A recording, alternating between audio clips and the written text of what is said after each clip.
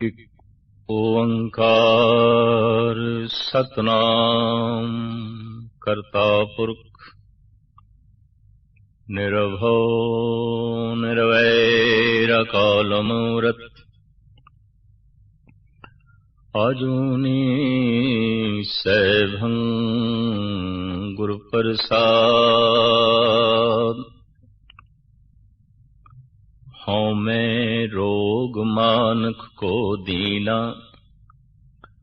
काम रोग मैं गल बस कीना।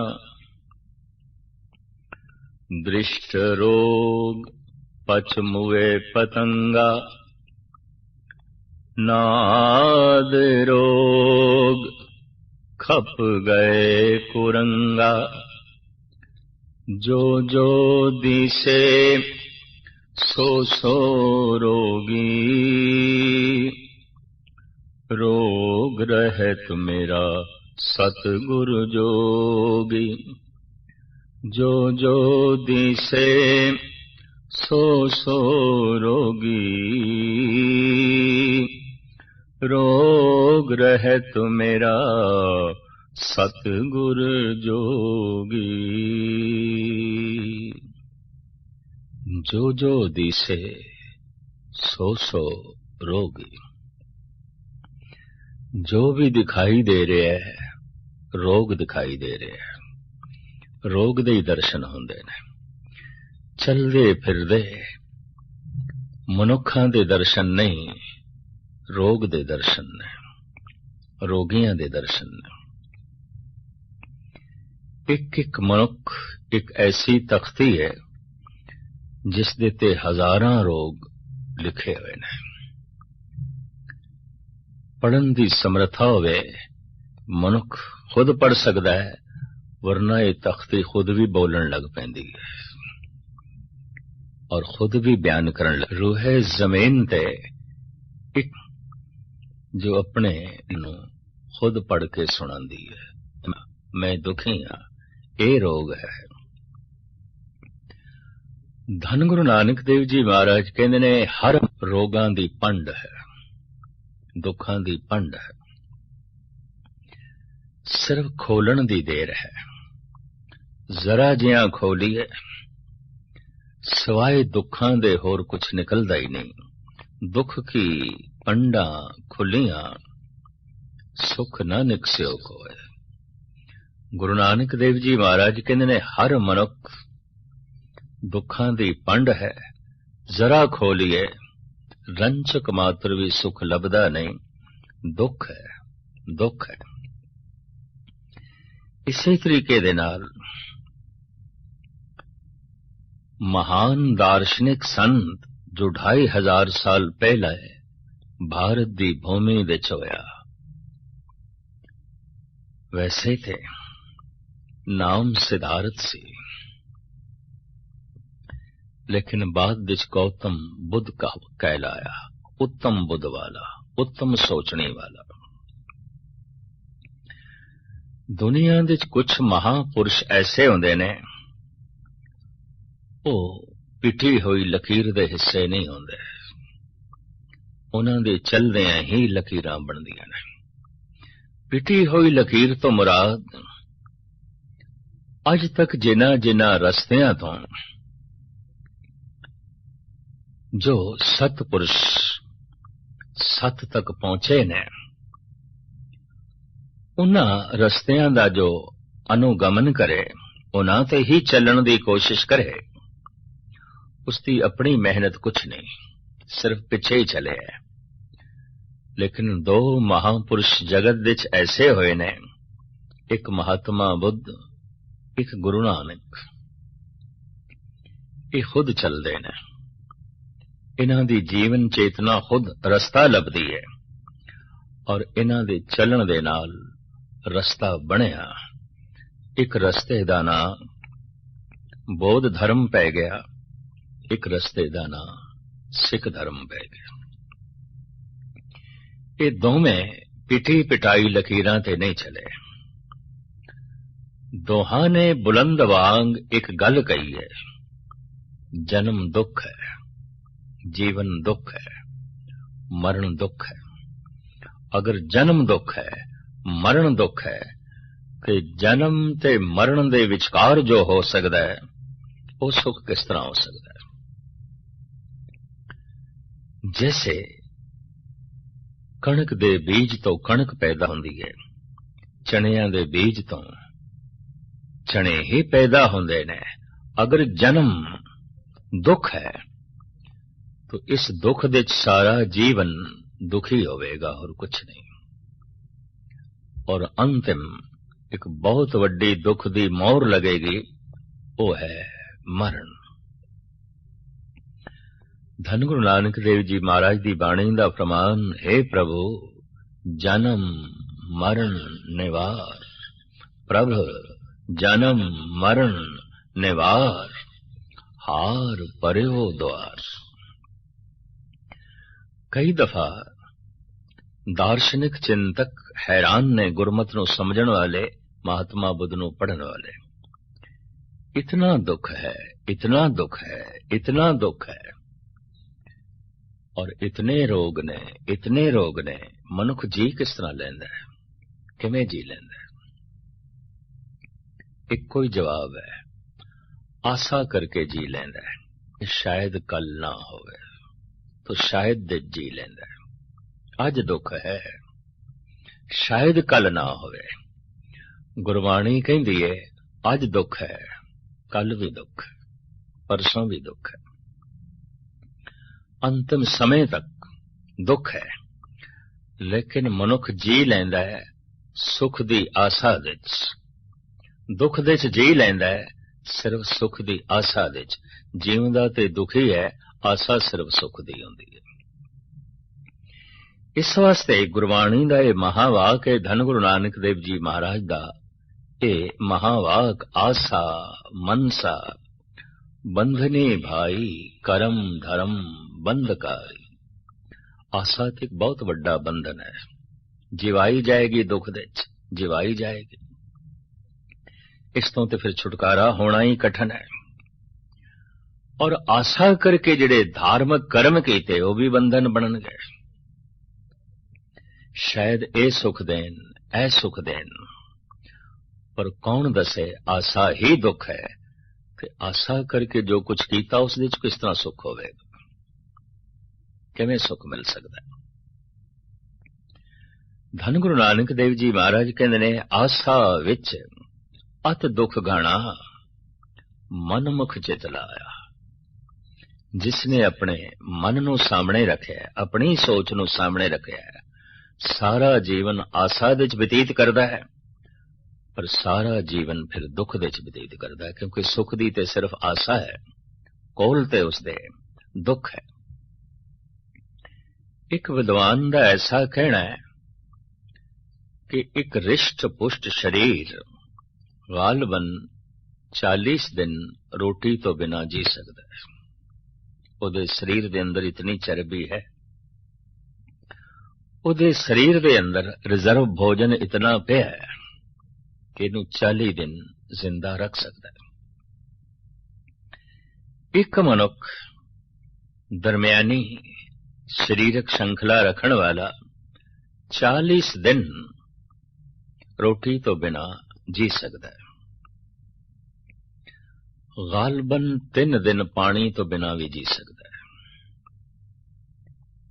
प्राणायाम दी साधना करने वाले कहंदे ने 8 मिनट श्वासां तो बिना भी जी सकता है। श्वास बड़े कीमती, पानी बड़ा कीमती, रोटी बड़ी कीमती, पर रोटी दा 40 दिन त्याग किया जा सकता है, पानी दा 3 दिन त्याग किया जा सकता है, श्वासां दा भी 8 मिनट त्याग किया जा सकता है। तो एक गल स्पष्ट हो गई कि मनुख 40 दिन रोटी तो बिना जी सकता है, 3 दिन पानी तो बिना जी सकता है, 8 मिनट श्वासां तो बिना भी जी सकता है, लेकिन आशा तो बिना तो 1 सेकंड भी नहीं जी सकता। प्राणायाम दी साधना भी आशा करवाएगी। सब कुछ आशा दे बंधन, दुखां दे बंधन बन जाते ने। क्यों? अगर ये आस ही छड़ दईए है ही नहीं सुख, है ही नहीं सुख। शायद कोई नवी दुनिया उदे द्वार खुलन, शायद कोई ऐसा जगत होवे जिथे सुख होवे। पर जैसा जीवन है, जैसा जगत है, जैसे जीवन शैली है, इहदे च सुख दी आसा नूं संजो के रखना, ਇਹ ਤੇ ਹਥਕੜੀਆਂ ਨੂੰ ਕੰਗਣ ਸਮਝਣਾ ਹੈ, ਇਹ ਤੇ ਬੇੜੀਆਂ ਨੂੰ ਝਾਂਜਰ ਸਮਝਣਾ ਹੈ, ਇਹ ਤੇ ਜੇਲ੍ਹ ਨੂੰ ਆਪਣਾ ਘਰ ਸਮਝਣਾ ਹੈ। ਔਰ ਆਲਮ ਐਸਾ ਕਹਿੰਦੇ ਨੇ, ਲੰਬੀ ਕੈਦ ਦੀ ਸਜ਼ਾ ਭੋਗਣ ਵਾਲੇ ਉਮਰ ਕੈਦੀ ਕਈ ਦਫਾ ਵਾਕਈ ਜੇਲ੍ਹ ਦੀ ਤੰਗ ਤਾਰੀਕ ਕੋਠੜੀਆਂ ਨੂੰ ਆਪਣਾ ਘਰ ਹੀ ਸਮਝ ਲੈਂਦੇ। बेड़ियां ते हथकड़ियां नूं भूषण समझ लेंदे ने। अगर बेड़ियां ते भूषण, हथकड़ियां भूषण दिखाई दे रही हैं, गहने दिखाई दे रही ने, तो इन्हां बेड़ियां नूं तोड़ना औखा है। बेड़ियां तोड़ियां जा सकदियां अगर बेड़ियां बेड़ियां दिखाई देन, हथकड़ी कट्टी जा सकदी अगर हथकड़ी हथकड़ी दिखाई दे। पर जे हथकड़ी कंगन दिखाई दे रही है, जेल दी तंग तारीक कोठड़ी अपना घर दिखाई दे रहा है, तो कौन आजाद कराएगा? ते आजादी दी तमन्ना भी किस तरह पैदा होगी? मनुख दे अंदर जिहड़ी धर्म दी प्यास नहीं पैदा हो रही, धर्म दी तमन्ना नहीं पैदा हो रही, अधर्म ही घर बन गया। हुण धर्म दी तमन्ना किथे? औगण ही भूषण बन गए, ते हुण गुणा दी लोड़ किथे रह गई? अंधेरे दा जीवन हो गया, हुण रोशनी नूं की करना? मनुखी जगत दी ये सब तो वड्डी बदकिस्मती है। पशुआं दा विकास प्राकृतिक रूप दे च हो रहा है। पत्थर हजारां साल दी यात्रा तो बाद खाक बन जांदे ने। खाक हजारां साल दी यात्रा तो बाद बनस्पति बन जाती है, और बनस्पति हजारां साल दी यात्रा तो बाद कीड़े मकोड़े पशु पक्षी बन जाती है, और पशु पक्षी हजारां साल दी यात्रा तो बाद एक दिन मनुख बन जाते हैं। यात्रा बड़ी लंबी है। मनुख भी रस्ते दे च है, पशु भी रस्ते दे च ने, बनस्पति भी रस्ते दे च है, पत्थर भी रस्ते दे च ने। कई जन्म सैलगिर करया, जैसे राजपथ ते असी चल रही होवे, शाहराह ते जा रहे होइए। कोई साथों अगे है, कोई पीछे है, कोई बहुत पीछे है, कोई बहुत अगे है। इसी तरह कह सकते हैं पत्थर ते सब तो पीछे है। पशु दे भी वैसे अखरी अर्थ ने जो पास दे च है, पिछे है। मनुख पशुआं नूं ते पिछे छोड़ आया है, पर परमात्मा होना अजे बाकी है। छोड़ आया है पशुआं नूं पिछे, लेकिन पिछे दी खिच बड़ी है, पिछे दी तलब बड़ी है। पिछला जीवन अचेत जीवन सी, ते अचेत जीवन दे च दुख नहीं सी। जैसे बेहोश मनुख दर्द ते पीड़ा तो बालातर हो जाता है। पीड़ा ते चल रही है, वेदना ते चल रही है, पर पीड़ा महसूस हो सके वो महसूस करने का मादा ही सुता होया है। जो पीड़ा नूं महसूस ही नहीं कर सकता, तो फिर पीड़ा तो छुटकारे दा साधन जुटाना ते बहुत कठिन है, कठिन है। कदी कदी मनुख थोड़ा सुचेत होंदा है, पीड़ा महसूस होंदी है, मनुख फिर अचेत होंदा है। अफीम खा के, गांजा खा के, सुल्फा पी के, शराब पी के, भंग पी के, या इंज कह लो सियाणा मनुख जो थोड़ा सुचेत हो गया है, या ते फिर बिल्कुल इस जीवन तो छाल मार के अगे लंघ जाए, यह थोड़ा जिहा जो सुचेत होया अचेत होवे, इस तो बिना जी नहीं सकेगा, नहीं जी सकेगा। या तो अचेत होवे या तो फिर नशा करके अचेत हो जाए, जैसे पशु अचेत है, वो दुख नहीं महसूस करता। पशु ते परिवारक जिम्मेवारी भी नहीं है, क्यों? परिवार की समझ ही कोई नहीं। भैन सामने खड़ी है, पशु नूं कोई समझ नहीं। भरा सामने खड़ा है, पशु नूं कोई समझ नहीं। नानके दादके सौरे सारे संबंध मौजूद ने, समझ नहीं। तो परिवारक जिम्मेवारी दा बोझ पशु चुकदे नहीं, क्योंकि समझ नहीं। समाजक जिम्मेवारी दा बोझ पशु चुकदे नहीं, क्योंकि समझ नहीं। राजनैतिक जिम्मेवारी दा बोझ पशु चुकदे नहीं, क्योंकि समझ नहीं। ते धार्मिक जिम्मेवारी नूं पशु निभांदे नहीं, क्योंकि समझ नहीं। इस वास्ते पशु सुखी है।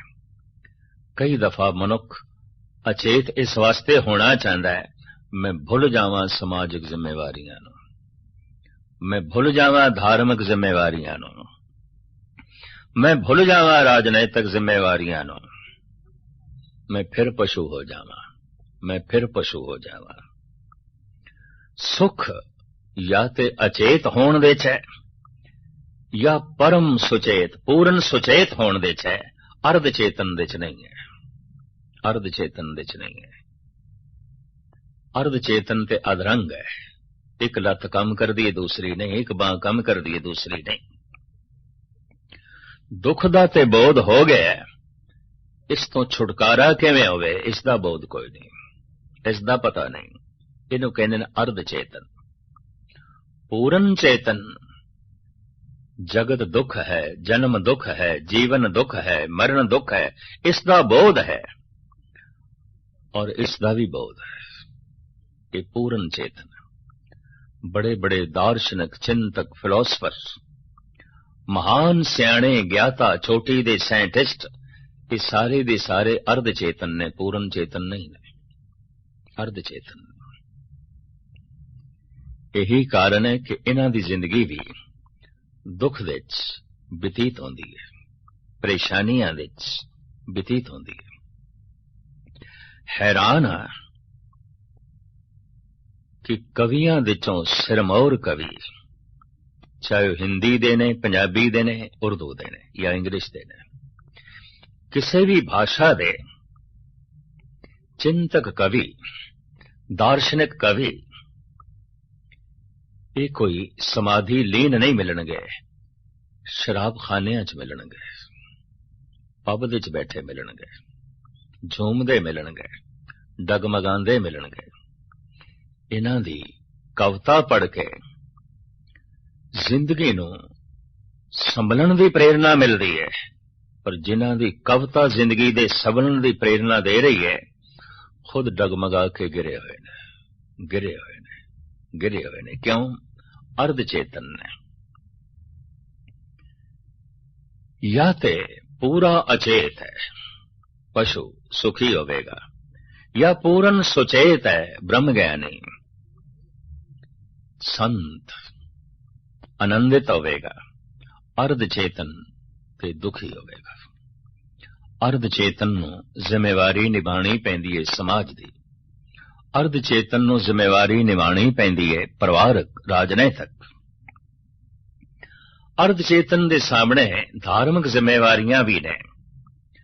जद ये सब कुछ बोझ की तरह महसूस करता है, तो फिर पशु हो जाना चाहता है, फिर पशु हो जाना चाहता है। भावें प्रकृति ने इसनूं मनुष्य बनाया कि फिर पशु हो जाना चाहता है। कारण सुख या पशु होण दे च है, आनंद या परम सुचेत होण दे च है। मनुख ते दुखी रहेगा। मनुख अर्ध चेतन है। ये मनुख चाहे दार्शनिक है, चाहे फिलोसफर है, चाहे साइंटिस्ट है, चाहे चोटी दा हुक्मरान है, चोटी दा सियाणा है, चाहे प्रजा दे चों है, चाहे हुक्मराना दे चों है, सब दुखी ने, सब दुखी ने, सब दुखी ने। फर्क सिर्फ इतना है, कुछ कबूल कर लेंदे ने, कुछ कबूल नहीं कर देने। मेरे देखे महान सियाणे कबूल कर लेंदे ने, महामूर्ख कबूल नहीं करते। और फिर जीवन दुख दे च बतीत होंदा है। जद मैं बेड़ियां नूं बेड़ियां ही नहीं मनदा, जद मैं जेल नूं जेल ही नहीं मनदा, जद मैं हथकड़ियां नूं हथकड़ियां ही नहीं मनदा, तो इन्हां नूं तोड़ के आजाद होने दा फिर ते ख्याल भी नहीं पैदा हो सकता, फिर ते यतन ते कोशिश भी नहीं हो सकती। तो मनुखता ऐसा यतन कर रही होवे, दिखाई नहीं दे रही। जगत ते दुख है। बाबा फरीद कहते ने, आम लोकां दी तरह मैनू भी एक भुलेखा सी। मैं दुखी हाँ, बाकी ते मौजां ही करदे पए ने, क्योंकि जिस कोल हाल पुछदे हैं की हाल चाल है, मौजां च बड़े आनंदित। हुण फरीद जैसा पुरुष गलत बयानी ते कर नहीं सकता। तो फरीद कहंदा फिर मैं ये धारणा बनाई सिर्फ दुखी ते मैं हाँ, बाकी ते सब मौजां करदे पए ने, क्योंकि जिस कोल पुछदे हाँ मौज दे च आनंद दे च। पर ये भ्रांति अज मिट गई। फरीदा मैं जानिया दुख मुझको, दुख सबाया जग, उच्चे चढ़ के देखिया तां घर घर एहा अग। मैं निवाण विच खड़ा सी, लोकां दे घर नहीं दिखाई देंदे सन। दरअसल उच्चे चढ़े बिना लोकां नूं समझना औखा है। जितने चिर तक कोई मनुखता तो उच्चा ना उठे, ते मनुखता तो भी कोई उच्चे हैं, देवते उच्चे ने, संत उच्चे ने। जद कोई समझ नूं उच्चा करदा है, मनुख दी समझ तो उच्चा करदा अपने आप नूं, फिर उच्चे चढ़ के देखिया तां घर घर एहा अग। जैसे उच्ची इमारत ते खड़े हो जाइए ते सारा शहर दिखाई देंदा है। किस किस घर दे च धुआं निकल रहा है यह भी दिखाई देंदा है। सारे घरां दे च धुआं निकल रहा होवे यह भी दिखाई देंदा है। बाबा फरीद कहंदे ने, ज्यों मैं उच्चा चढ़िया हर घर दे च भांबड़ बलदे हुए दिखाई दिते हैं। हर मनुख दुखां दी भट्ठी विच जल रहा है, सड़ रहा है, पीड़ित है। ये पीड़ा राज सता नाल भी नहीं मिटनी। अगर मिट जाती तो सिंघासन छोड़न दी लोड़ नहीं सी गौतम बुद्ध नूं, भरतरी नूं, गोपी चंद नूं। ये पीड़ा परिवारक संबंधां नाल भी नहीं मिटेगी, वरना सारे गृहस्थी सुखी होने चाहिए सन। ये गल वखरी है कि परिवार दे सारे संबंध मनुख ने इसे ही कल्पना करके जोड़े ने कि सुखां दे संबंध ने। और ये हकीकत है, मनुख नूं पुत्र दी लोड़ नहीं, बिल्कुल लोड़ नहीं है, सुख दी लोड़ है। उसे पुत्र तो पीड़ा मिलन लग पवे, दुख मिलन लग पवे, संबंध दुश्मनी विच बदल जांदे ने, रिश्तियां दराड़ पै जांदी है। मनुख नूं भरा नहीं चाहिदा, सुख चाहिदा है। अगर भरा तो दुख मिल रहा है तो भाईचारा खत्म हो गया, सामने ते दुश्मन खड़ा है।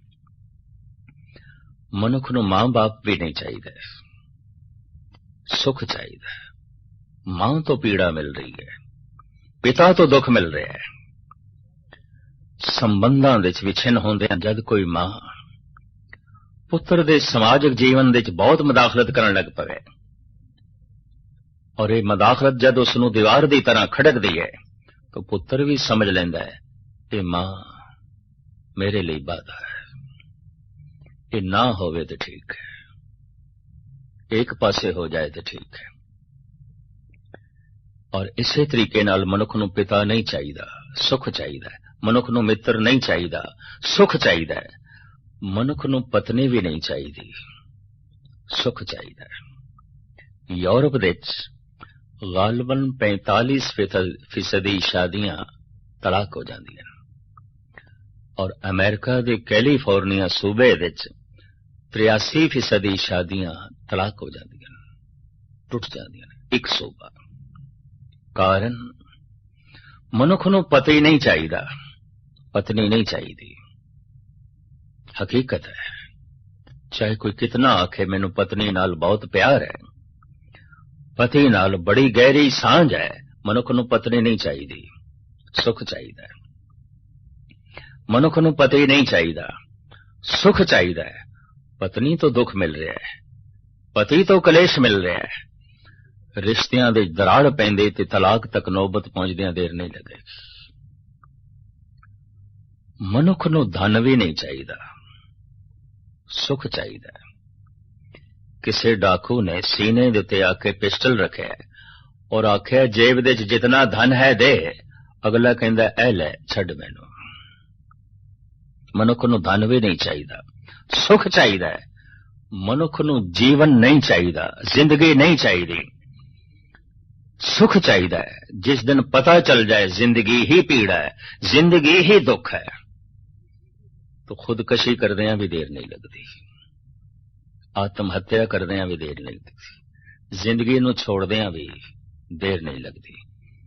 मिलणगे इस तरह दे दुनिया दे बंदे, किसी ने मां बाप नूं छोड़िया, किसी ने भरा नूं छोड़िया, किसी ने मित्रां नूं छोड़िया, किसी ने पुत्रां नूं छोड़िया, किसी ने पत्नी नूं छोड़िया, किसी ने पति नूं छोड़िया, किसी ने धन संपदा नूं छोड़िया, पर किसी ने ते अपनी जिंदगी नूं ही छोड़ दिता है, ओदा ही त्याग कर दिता। नहीं चाहिए जिंदगी। प्राणा दे च प्यास ते है सुख दी, तलाश ते है सुख दी, पर झोली दे सिवाय दुखां तो और है कुछ नहीं। कहने तलाश ही लाजमी नहीं, तलाश सही थां ते कीती जाए ये भी बड़ी लाजमी है। जैसे कोई रेत नूं कोलू दे च पा के तेल कड्ढण दी कोशिश करे, चाहिदा ते तेल है, पर रेत नूं पीण नाल तेल नहीं मिलदे, तिलां नूं पीण नाल तेल मिलदे ने। तलाश ते ठीक है, चाहत ते ठीक है, पर चाहत दा ठीक होना ही काफी नहीं। चाहत दी जिथों सही ढंग नाल पूर्ति हो सकदी है, इसदा बोध होना भी बड़ा लाजमी है, बहुत लाजमी है। इस वास्ते कहंदे ने इक्को ही दुख है अज्ञान, इक्को ही पीड़ा है अज्ञान, इक्को ही अवगण है अज्ञान, इक्को ही पाप है अज्ञान, और इक्को ही जिंदगी दी मुसीबत है अज्ञान, इक्को ही मूर्खता है अज्ञान, और इक्को ही आनंद है ज्ञान। ज्ञान ही भगवान है, वेद ही भगवान है। भारत दे ऋषि बहुत प्राचीन समय तो कह रहे ने ज्ञान ही भगवान है। धन गुरु गोबिंद सिंह जी महाराज कहते ने ज्ञान गुरु आत्म उपदेशो नाम विभूत लगाओ। ज्ञान परमात्मा है, ज्ञान गुरु है।